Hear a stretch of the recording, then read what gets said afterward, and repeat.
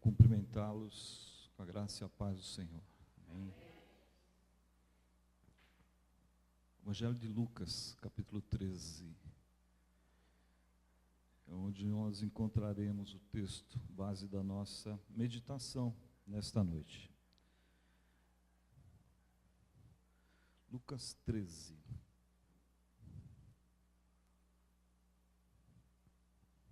Enquanto você procura, você mantém aberta a sua Bíblia ou conectado o seu aplicativo do Evangelho de Lucas, capítulo 13.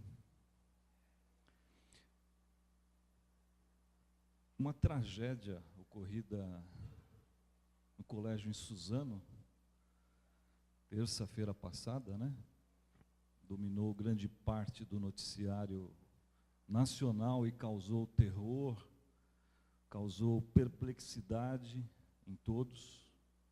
Se não me engano, 10 vítimas fatais, mais 11 feridos, meninos e meninas que tinham entre 15 e 17 anos de idade.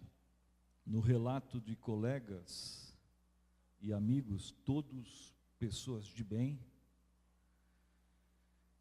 Mas outra tragédia de repercussão ainda maior, repercussão mundial, internacional, ocorrida dentro de uma igreja batista no Texas, nos Estados Unidos, há cerca de 18 meses atrás, quando pessoas estavam em pleno culto e um atirador entrou e ceifou a vida de 26 pessoas e feriu mais 20, não sei se vocês se lembram.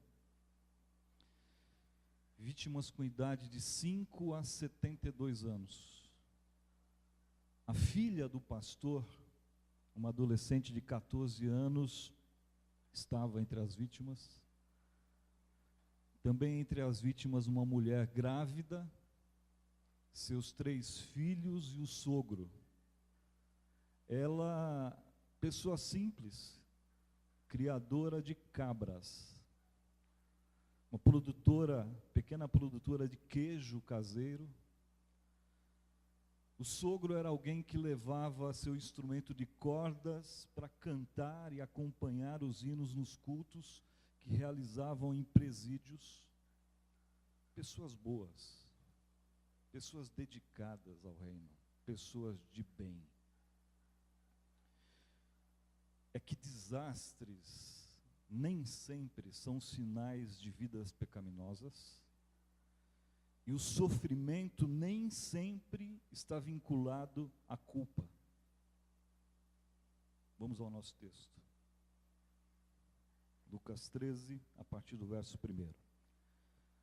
Naquela ocasião, alguns dos que estavam presentes contaram a Jesus que Pilatos misturara o sangue de alguns galileus com os sacrifícios deles. Jesus respondeu: vocês pensam que esses galileus eram mais pecadores que todos os outros por terem sofrido desta maneira? Eu lhes digo que não. Mas se não se arrependerem, todos vocês também perecerão. Ou vocês pensam que aqueles 18 que morreram, quando caiu sobre eles a torre de Siloé, eram mais culpados do que todos os outros habitantes de Jerusalém? Eu lhes digo que não. Mas se não se arrependerem, todos vocês também perecerão. Então contou esta parábola.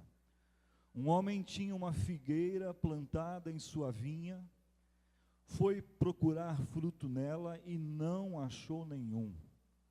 Por isso disse ao que cuidava da vinha: já faz 3 anos que venho buscar fruto nesta figueira e não acho. Corte-a. Por que deixá-la e inutilizar a terra? Respondeu o homem: Senhor, deixa por mais 1 ano, e eu cavarei ao redor dela e a adubarei. Se der fruto no ano que vem, muito bem, se não, mandará cortá-la. Senhor, fala conosco neste momento, ó Deus, através da Tua palavra. Alimente o nosso coração com a Tua palavra, esta porção maravilhosa da Tua palavra, em nome de Jesus, amém. São poucas, muito poucas as pessoas que têm o privilégio de uma vida longa, saudável, tranquila, em paz e livre de tragédias. Porque a vida não oferece essa bênção para todos. Nós enfrentamos problemas, acidentes, tragédias. As tragédias na vida é o que tem de mais democrático, atinge a todos, ricos ou pobres, não importa. Vivemos num mundo inseguro. Ninguém pode dizer que está totalmente seguro em lugar nenhum do mundo. Respiramos um ar que não é puro, é impuro. Nos alimentamos de forma errada, às vezes dormimos mal, adoecemos por causa dessas coisas também.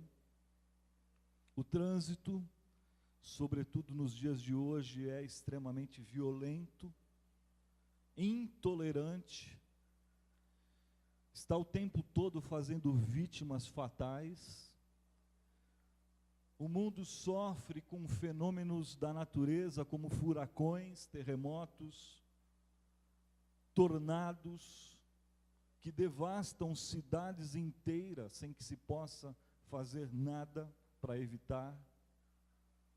No Brasil, deslizamentos nas encostas dos morros, no Rio principalmente, enchentes, rompimentos de barragens, e basta isso acontecer, lá está a tristeza instalada na vida das pessoas. Também não são todas as tragédias que ganham as páginas dos jornais e os horários nobres da TV, não são todas que ganham repercussão internacional.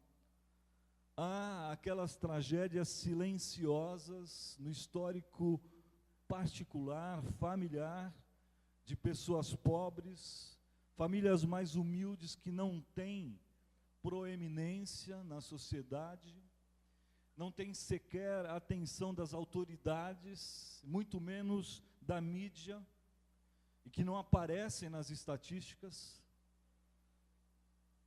Eu sou de uma família bastante numerosa. Somos em 120, eu acho que já falei isso outra ocasião, considerando apenas o núcleo de primeiro grau. E nós somos uma família abençoada por Deus, nós nos vemos assim, unidos, todos servindo ao Senhor, todos se movimentando para lá e para cá nos seus afazeres do dia a dia, no trânsito, em viagens. Temos a bênção de realizar tradicionalmente há mais de 15 anos um culto por mês em família, sem falhar nenhum mês. É o nosso culto da família, fazemos até ata do culto. Coisas do meu irmão militar, que instituiu isso. Coronel. Somos uma família composta de funcionários públicos, advogados, motoristas de aplicativo, tem juiz de direito, tem bancário, tem piloto de avião, publicitários, comerciantes, médico, dentista, engenheiros, professores, tem até pastores, para vocês terem uma ideia. Somos em 5 pastores. E muitos dos que nos conhecem sabem que nós já tivemos perdas irreparáveis na família, como qualquer família.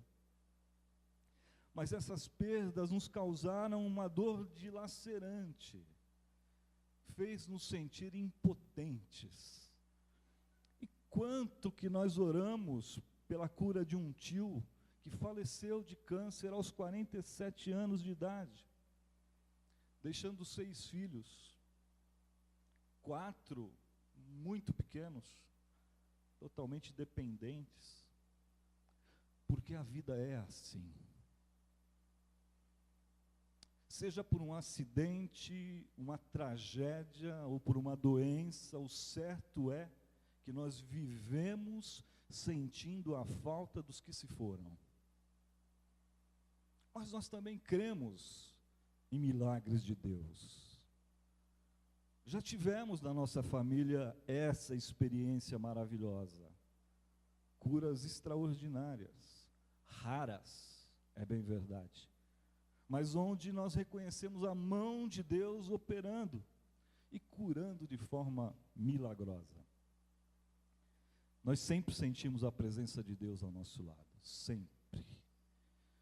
Quer seja por meio de um milagre de cura, ou pelo seu consolo, Deus sempre operou em nós condições de sobreviver às tragédias da vida. Louvado seja o nome do Senhor. Uma das singularidades, das peculiaridades das tragédias é que elas nos marcam profundamente, e elas se tornam inesquecíveis. Nessa passagem que nós lemos em Lucas 13, o assunto e a mensagem de Jesus é o arrependimento. Algumas pessoas que se juntam a Jesus para relatar uma tragédia que havia ocorrido naqueles dias, com pessoas que, enquanto estavam oferecendo sacrifício no templo, são mortas de maneira extremamente cruel e violenta, em pleno ato de culto. Pilatos, o governador da Judéia, ordena que sejam mortos dentro do templo de forma desumana, impiedosa. E o evangelista Lucas vai dizer que eram alguns galileus, talvez para estabelecer alguma relação com Jesus, que também era da Galileia, para quem eles estavam relatando essa tragédia. E diz que o sangue dessas pessoas que foram mortas se misturou com o sangue dos animais que estavam sendo sacrificados no altar. E isso é um detalhe especialmente horrível. Misturar sangue humano com sangue dos sacrifícios é profanar o culto. É desrespeitar, é macular, é violar o templo e os preceitos sagrados. É uma barbárie das mais terríveis que se possa imaginar. Coisas de Pilatos. Não há em nenhum outro lugar das Escrituras qualquer referência a esse episódio, só aparece aqui em Lucas. E é de se imaginar, meus irmãos, que esses galileus tinham provavelmente infringido algum regulamento romano de grande importância, mas é difícil imaginar o que poderia justificar uma execução assim tão cruel e em tal momento. Um castigo extremamente triste, sangrento e inexplicável. Inexplicável, mas que condiz com a reputação de Pilatos. Pilatos foi, nós falamos semana passada, governador marcado pela crueldade, pela covardia, pela sua forma desumana de governar. Na vida nós haveremos de encontrar com pessoas de semelhante índole. Homens que com o mesmo caráter de Pilatos, com uma inclinação, uma disposição muito grande para o mal, homens considerados responsáveis por mortes bárbaras e contínuas, e que roubam recursos, desviam recursos que serviria para os hospitais, para equipamentos, para medicamentos, só para ter como exemplo. E a mente onisciente de Jesus percebe que as pessoas que estão ouvindo essas histórias possivelmente começam a levantar hipóteses na tentativa de explicar o porquê dessas mortes tão trágicas? Porque nós somos assim. Na maioria das vezes nós queremos entender e explicar os problemas e as tragédias da vida. E uma das hipóteses levantada por essas pessoas poderia ser: esses morreram porque não passavam de pessoas hipócritas. Estavam ali no templo para oferecer sacrifícios a Deus, mas os seus corações não estavam naquilo que faziam. Eram pessoas fingidas. Expressavam sentimentos que não tinham no coração. E por isso, justamente no lugar onde deveriam estar protegidas por Deus, a tragédia os alcança e eles são mortos de forma tão trágica. É que não passavam de pessoas hipócritas. Será? Outra possível hipótese na mente dessas pessoas é que Deus simplesmente os abandonou. Não é verdade que Deus os abandonou. Mas nós também temos essa necessidade de encontrar respostas às nossas indignações. De alguma forma, Deus os deixou expostos à sua própria sorte, por razão que nós não sabemos, e Deus deve ter decidido não se envolver com o que estava acontecendo. E aí se pergunta, como pode Deus abandonar aquilo que Ele mesmo criou? Por que isso, Deus? Por quê? Interessante que ninguém pergunta o porquê das coisas quando tudo vai bem. Por que essa paz que eu sinto em tempos tão difíceis, em tempos de tanta crise? Crise no Brasil, crise no mundo. Por que, ó Deus, por que essa alegria no meu interior permanece viva em meio a tantas dificuldades? Por que no Brasil, estando do jeito que está, a mim Deus tem abençoado de maneira maravilhosa? Tem me preservado a saúde, o trabalho, tenho conseguido cumprir metas, até prêmios e promoções tenho recebido. Ninguém pergunta, por que isso, Senhor? Por que, Deus? Nós dormimos e acordamos esta manhã e estava tudo em paz na nossa casa. A porta estava trancada, do jeito que a deixamos ontem à noite. O carro estava na garagem, tudo estava em ordem. Por quê, Senhor? Por que isso? Acordamos pela manhã e os 5 sentidos do nosso ser estavam todos preservados. A audição, a visão, podemos acordar, abrir os olhos e ver o sol, o olfato, o paladar, o tato, tudo preservado. Podemos sair de casa, desfrutar das bênçãos de Deus, como oportunidade para um novo dia que Ele nos deu. Por que, Senhor, dessas coisas? Por que, ó Deus, nós estamos sem dores?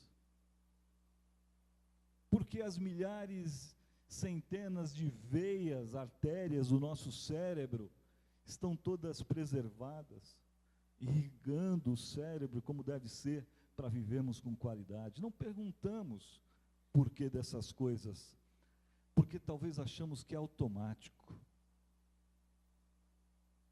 Nem as coisas mais simples da vida são automáticas.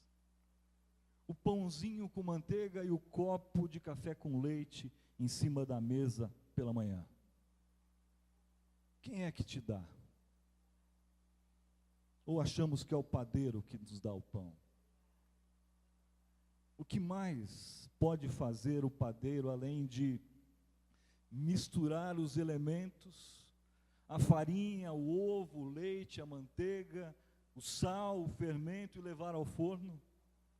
Quem é que faz a semente germinar por debaixo da terra de madrugada e fazer brotar e florir o trigo, que vai ser matéria-prima para o pão. Mas nós achamos que é automático. Se eu quero pão, eu vou na padaria e peço, o padeiro já fez. Não perguntamos para Deus, por que, Senhor, dessas coisas boas nos acontecem, mas quando dói, quando o chão parece que vai sumir debaixo dos nossos pés, quando a angústia aperta o peito, com uma enfermidade, com uma tragédia, com um luto inesperado, com uma perda inexplicável, aí perguntamos para Deus, por quê, Senhor? Por que comigo? Por que com meu filho? Por que, ó Deus, esse relacionamento que eu colocava tanta expectativa se transformou nessa frustração tão grande para mim? Às vezes é um casamento desfeito, coisas que traz dor e todos sofrem. Às vezes é uma sociedade que não deu certo e que se mostrava tão promissora, uma parceria num negócio, num projeto, num empreendimento. Por que, Deus, aconteceu isso comigo?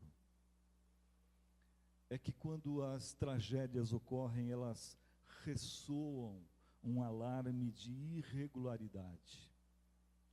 Elas denunciam uma anormalidade, um desvio daquilo que a gente acha que seria a normalidade e o curso natural das coisas. E muitas vezes questionamos a vida e a Deus, achando que Ele nos abandonou. Quando eu era moço, adolescente, cheio de questões, cheio de problemas, me disseram que eu ia encontrar Jesus e Ele ia resolver todos os meus problemas. Eu encontrei Jesus e Ele não resolveu todos os meus problemas.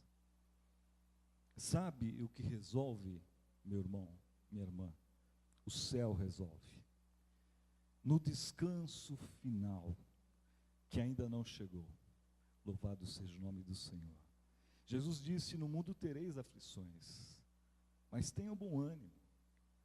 E eis que eu estarei com vocês até o fim. Havia outros que talvez estivessem levantando outra hipótese diante desse relato dessas tragédias. Pensavam, foi a mão de Deus que pesou sobre eles. Por alguma razão que também não sabemos. Aliás, essa foi a conclusão que chegou muito rapidamente, muito apressadamente, os amigos de Jó. Não tinham nenhum questionamento quando tudo ia bem.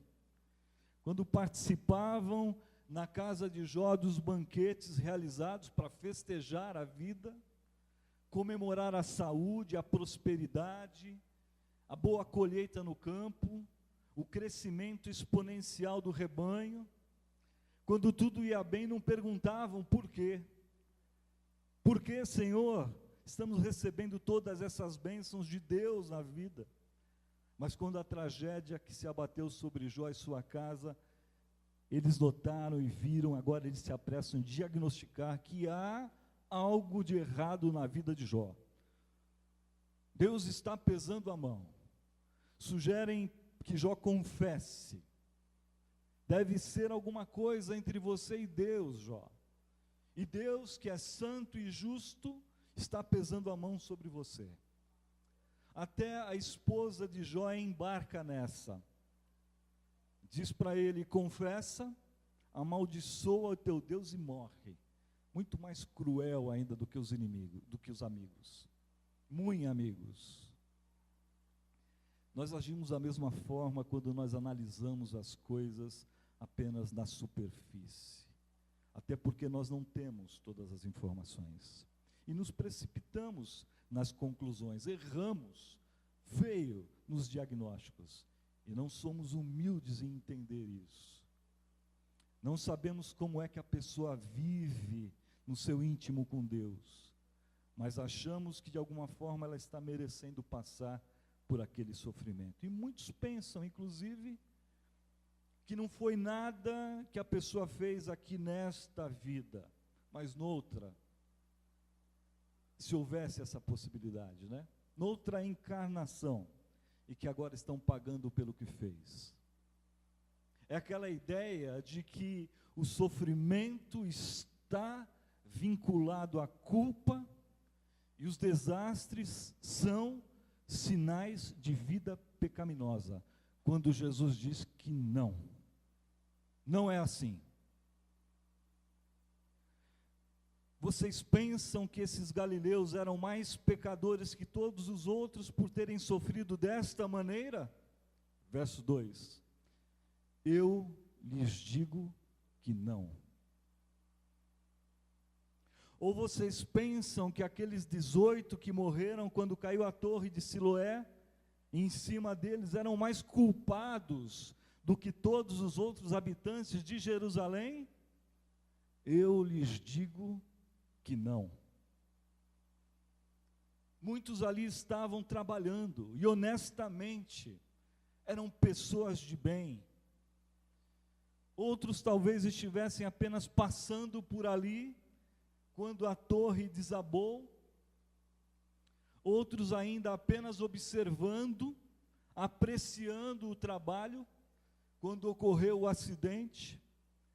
Estavam ali por uma dessas coisas inexplicáveis da vida, no lugar certo, mas no momento errado, e a torre caiu e os matou. Foi um desabamento, foi um acidente, foi uma tragédia. A questão da disciplina cristã periódica faz parte do desenvolvimento espiritual, e a Bíblia trata dessas questões em outro momento. Aos Hebreus 12:6, o escritor diz: o Senhor disciplina, corrige, castiga a quem Ele ama, e da forma como Ele bem entender fazê-lo. Mas não há por que afirmarmos de forma definitiva, categórica, que os desastres que atingem pessoas têm a ver com seu modo de vida e com aquilo que fazem ou deixam de fazer, ou que fazem ou não por merecer. Jesus diz: não é verdade que o sofrimento, a dor, a tragédia são uma espécie de míssil teleguiado por Deus lá do céu, que evita pessoas boas e atinge pessoas ruins. Não é assim. E nos dois relatos de tragédias, Jesus vai dar o mesmo recado: se não se arrependerem, todos vocês também perecerão. Noutra versão, igualmente perecerão. Como é que nós podemos entender essas palavras de Jesus? Todos igualmente perecerão. Será que morreram porque não se arrependeram? Se tivessem se arrependido, não teriam morrido? Será que os que se arrependem tornam-se imunes às tragédias da vida? Não, não se trata disso, não é isso que Jesus está falando.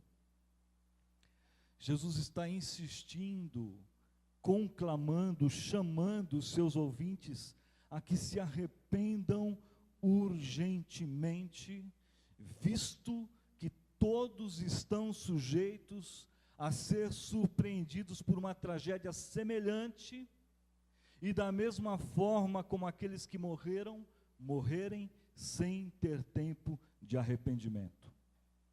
Façam isso urgentemente. Arrependam-se dos seus pecados. Mudem de vida, mudem de mente e de atitude em relação a Deus. Porque uma hora ou outra, inesperadamente, a tragédia vem.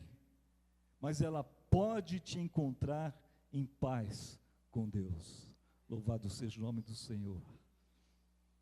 Arrependam-se urgentemente. Essa é a mensagem. E parece que Jesus não vê necessidade de explicar e argumentar tanto sobre isso, visto que esse é um ensino sobre o qual ele já vem falando e tratando o tempo todo. Todos são pecadores diante de Deus e precisam se arrepender diante de Deus. Arrependam-se urgentemente e sejam salvos. Cuidado, atenção, a forma repentina como ocorreu essas mortes não lhes permitiu tempo de arrependerem-se. Mas hoje vocês têm essa oportunidade. Para vocês ainda é tempo, arrependam-se urgentemente. Mas vocês continuam seguindo por um curso na vida que significa a morte sem arrependimento, sem reconciliação com Deus, no tempo oportuno que Ele está lhes dando. Prestem atenção nisso. Não ignorem a necessidade e a urgência do arrependimento. Se não se arrependerem, todos igualmente perecerão. O objetivo de Jesus é sensibilizar os seus ouvintes da urgência no arrependimento, porque as tragédias acontecem de forma inesperadas. Tragédias são convites para que eles pensem no imprevisível da vida e, portanto, na urgência da conversão. E agora, dito isso, alguém pode estar pensando: graças a Deus, que hoje eu sou alguém que já se arrependeu diante de Deus. Louvado seja o nome do Senhor por isso. Já aceitei a Jesus como meu Salvador, meu Senhor. Vivo na certeza da minha vida eterna com Jesus nos céus. Pode vir as tragédias. Eu sei para onde eu vou. Eu sei onde passarei a eternidade. Louvado seja o nome do Senhor por isso. Eu vivo feliz, eu vivo assim. Procuro viver uma vida correta, não faço mal a ninguém. Glórias a Deus por isso também. E agora eu peço que você observe com muita atenção o que vai acontecer na sequência. Lucas, que está escrevendo, inspirado pelo Espírito Santo de Deus, adiciona um conectivo da mais alta importância no texto. Depois de falar aos seus ouvintes sobre duas tragédias do cotidiano da vida, como que ligando uma coisa a outra, Lucas escreve um então. Então, Jesus contou esta parábola. Um homem tinha uma figueira plantada em sua vinha. Foi procurar fruto nela e não achou nenhum. Uma figueira plantada na sua vinha. Por isso disse ao que cuidava da vinha: já faz 3 anos que venho procurar fruto nessa figueira e não acho. Corte-a. Por quê? Deixá-la inutilmente ocupar o solo. Respondeu o homem: Senhor, deixe-a por mais 1 ano, e eu cavarei ao redor dela, adubarei. Se der fruto no ano que vem, muito bem. Se não, mandará cortá-la. A parábola é para alertar os ouvintes de Jesus o fato de que muitos podem estar tendo da parte de Deus, nessa fase da vida que estão vivendo, aquilo que talvez seja uma espécie de ultimato de Deus na sua vida. Ultimato para quê? Para que deem frutos. Há 3 anos, o dono da terra vem procurar e não encontra frutos nessa figueira plantada na sua vinha. Figueiras produzem frutos 3 vezes por ano. 3 vezes por ano. 3 anos significa 9 vezes indo procurar fruto e nada, só folhas. Ele diz para o horticultor: corte-a, basta, chega. Por que deixá-la ainda ocupar o solo inutilmente? Não se trata de alguma coisa ruim que a figueira esteja produzindo. Ela não está produzindo frutos venenosos. Ela não produz espinhos. Ela é sentenciada pelo que não está fazendo. E essa também, meus irmãos, meus queridos irmãos, é uma questão de extrema seriedade para nós diante de Deus.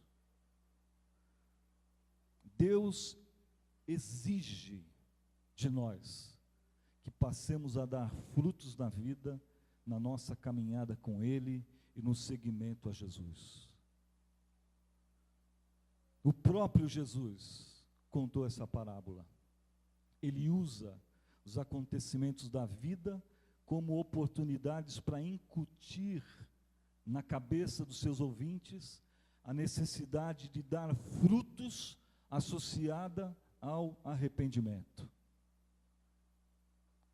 Para que nós existimos no mundo como igreja do Senhor? O que nós estamos fazendo enquanto recebemos as bênçãos de Deus na vida? Enquanto gozamos de paz, de liberdade, enquanto recebemos de Deus o sol, a chuva, o alimento, a saúde, os amigos, a proteção de Deus, as oportunidades, a mente sã, os braços firmes, como nós estamos ocupando o solo onde Deus nos plantou? Essa é a questão. O que Ele espera de nós e o que Ele tem encontrado em nós. Hoje, mais uma vez, o Senhor nos tem dado o privilégio de nos encontrarmos aqui na sua casa. Já temos cantado, orado, temos sido alimentados pela palavra. Que maravilhoso é gozar dessa comunhão tão preciosa com os irmãos, desde as 17 horas, e saímos daqui edificados na palavra, alimentados espiritualmente, fortalecidos na palavra. Para quê? O que isso tem gerado de frutos nas nossas vidas? Aliás, o que é dar fruto na vida cristã? Dar fruto na vida cristã não se restringe a evangelizar e ganhar outras pessoas para o reino de Deus. É isso, mas não é só isso. Frutos e boas obras na Bíblia, nas Escrituras, são termos que têm significado semelhante. Paulo, escrevendo a Tito, no capítulo 3, verso 14, ele fala assim: que os nossos aprendam a dedicar-se às boas obras em favor dos necessitados, para que não se tornem infrutíferos. O teste de Deus para a sua igreja é o que acontece dentro da igreja, sim, mas sobretudo o que acontece fora dela, no dia a dia dos seus membros, na semana mais do que aos domingos,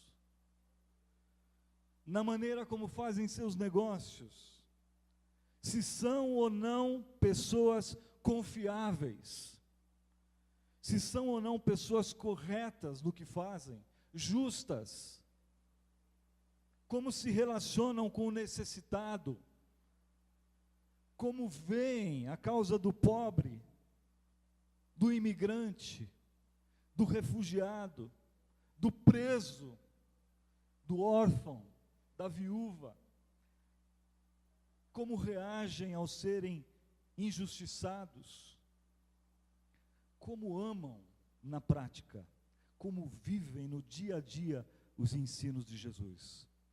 Porque o arrependimento, meus irmãos, não é algo teórico e abstrato, é também testemunho de vida.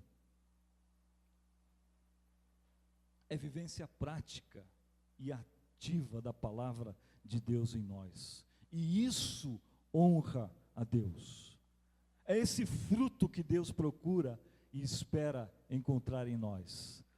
O fruto na vida cristã, em termos práticos, é como Deus está sendo honrado na sua vida, nas suas atitudes, nas suas palavras, até nos seus pensamentos, coisas que Ele valoriza porque o glorificam. Louvado seja o nome do Senhor. João 15, Jesus diz: nisto é glorificado o meu Pai. Nisto o quê? No fato de que vocês deem muitos frutos. Louvado seja o nome do Senhor.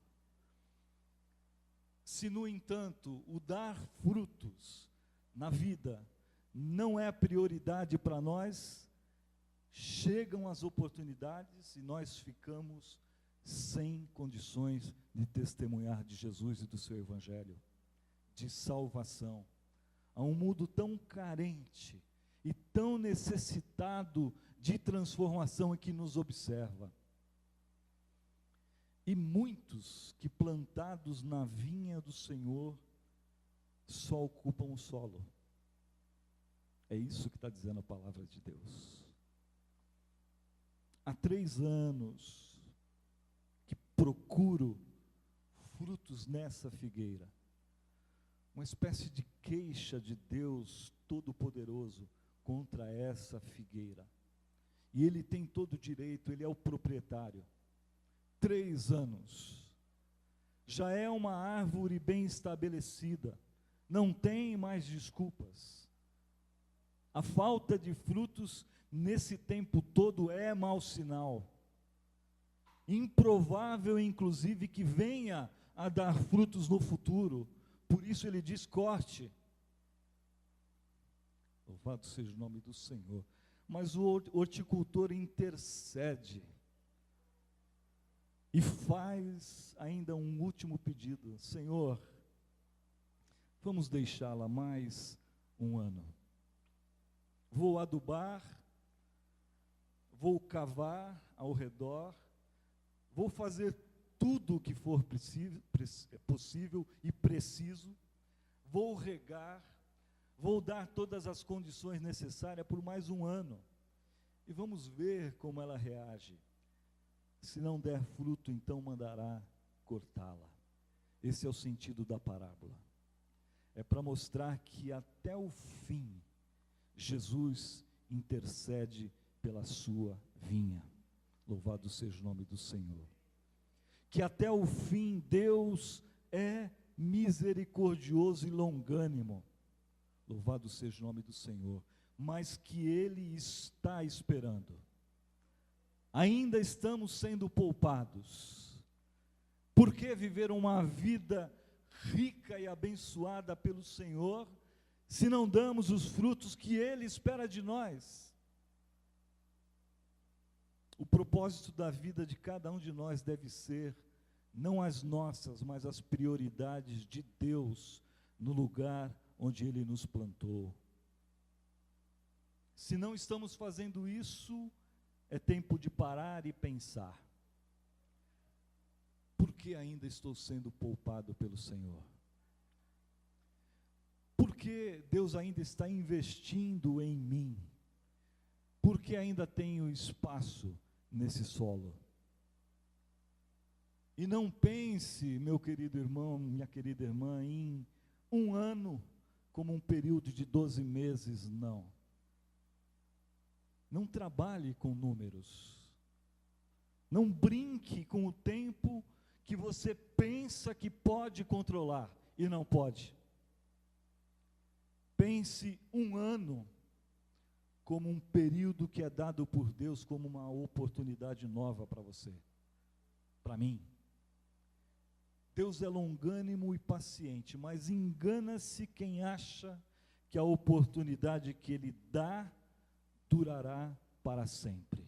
Não durará. O texto é claro ao dizer que não.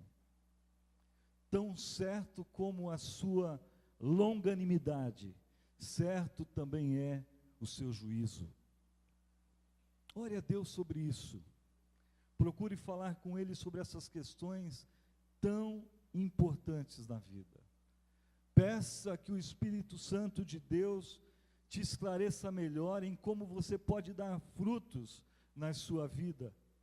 E não resista à voz do Espírito Santo de Deus quando Ele te direcionar. Louvado seja o nome do Senhor. Derrame-se diante de Deus. Só você e Ele.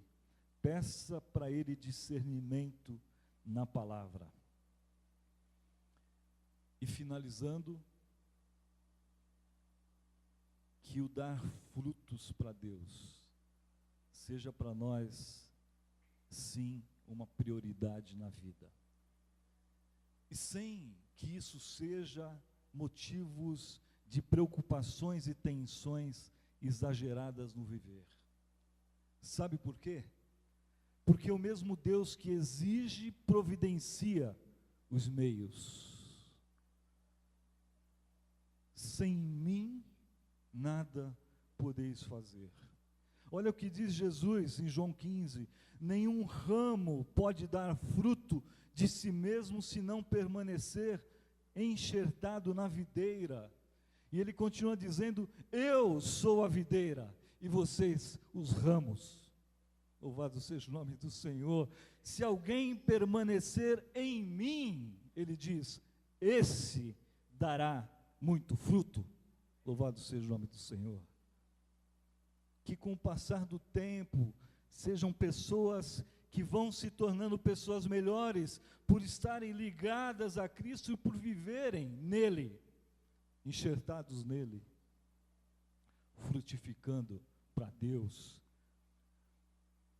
Qual fruto você gostaria de estar produzindo no próximo ano, nessa mesma época, quando o Senhor, procurando frutos, caminhar na sua direção? Vamos orar. Ó Deus e Pai, bendito é o teu nome, Senhor.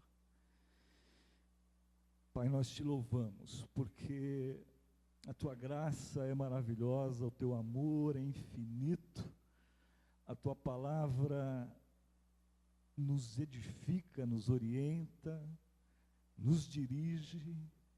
Mais uma vez, ó Deus, nesta noite nós nos reunimos neste lugar para isso, para ouvir a tua palavra. Obrigado, Deus, pela ministração aos nossos corações, às nossas mentes, que a tua palavra encontre em nós pessoas que frutifiquem para Deus, no nosso viver diário, nosso cotidiano diário. Ó Deus, que seja assim, para a tua glória, para a tua honra, para o louvor do teu nome, motivo pelo qual nós fomos criados, ó Deus. Não nos deixa, ó Deus, ocupar apenas um solo que o Senhor, pela sua infinita bondade, nos concede, mas sem frutos na vida.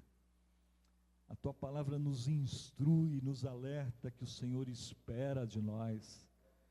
Pai, com temor e tremor diante do Senhor, nós queremos ouvir a tua orientação, ó Deus, nesta semana, para que possamos não desperdiçar as oportunidades que surgirão à nossa frente para dar frutos para o teu reino.